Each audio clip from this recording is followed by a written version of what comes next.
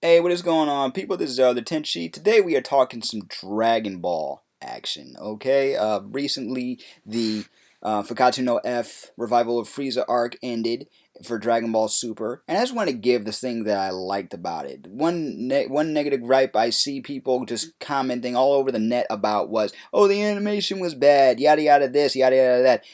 We all remember what Dragon Ball and Dragon Ball Z looked like. It wasn't exactly an animated masterpiece as far as the way the animation looked. That's why I don't complain, because everything else was cool. It had comedic moments, it had action moments. Yes, there was a lot of times where it would just drag on, but you kept watching because you wanted to see what happened to these characters next. And Dragon Ball Super is no different. Yes, the animation's a little, now we pay attention more. That's the thing. We're paying attention to the animation more, and that's why a lot of us are disappointed. So I can totally understand that. But I pay attention to story as well as animation. Right now, the story itself, even though it started out with things that we've already seen, I like the way it's being flushed out. Um, Fakatsu no F, I feel the arc was handled well. It wasn't dragged on like Battle of Gods. It had some very good added, welcomed added elements. Like, for example, they explained a little bit about um, how they got how exactly they had gotten the Super Saiyan Blue transformation. We got to see Vegeta develop more as a character, and for a minute be basically on par with Goku. And we got to see all of our favorite characters return and get some shine. I mean, even Krillin, when they were fighting the Frieza's henchmen, he was doing his thing. Okay, and yes, I've seen it in the movie, but this one was a little bit more. There was a lot more to it. Like, he was nervous, like he was before, and now he understands that, through all that training, plus the fact that he's a cop, his senses has sharpened. He has no reason to be afraid of these lackeys. So they took advantage of that, and I was great to see Master Roshi. Like I said, yes, we've all seen the movie, but the stuff that they added in, I felt was welcome. Like, and the stuff that they changed. One of my favorite changes was the fact that Gohan, being as weak as he is now, was still able to go Super Saiyan. But not only was he able to go Super Saiyan, but he ended up being the beacon that had enough energy to help Vegeta and Goku come back to Earth, and it wasn't everybody having to power up at the same time. I really enjoyed that. Piccolo getting shot during the fight, I was like, really? That part kind of shocked me, because I'm like, again? It's years later, and Piccolo's still coming to your aid. That's your best friend, man.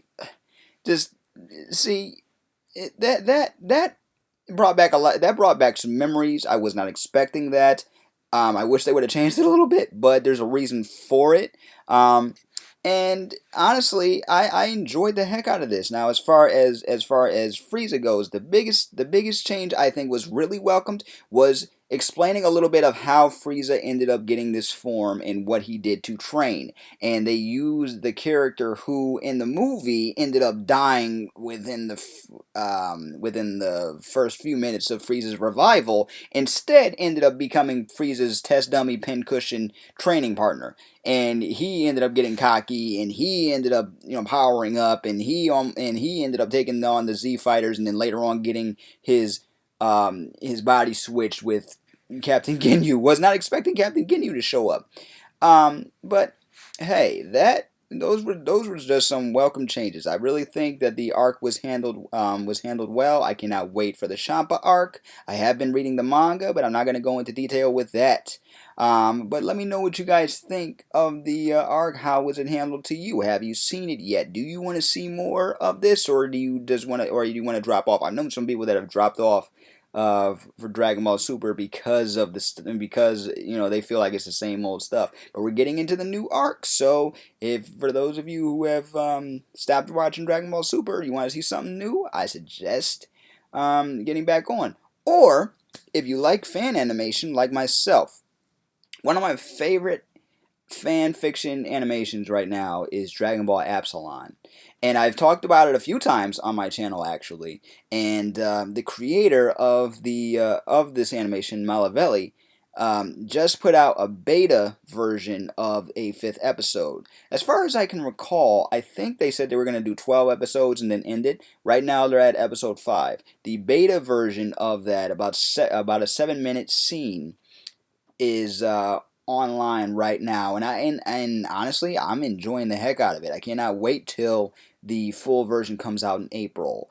I'm basically going to be reviewing it like it was a normal show, because really, yes, when it comes to fan animation, I can't get enough. When it comes to fan films, I can't get enough. I got a whole playlist on my channel devoted to just fan fiction, and there will be more in the future that I will be talking about here on this channel. So if you have any that you want me to check out and maybe talk about and review on this channel, let me know in the comments below.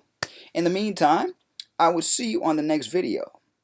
Peace, love, and never be normal.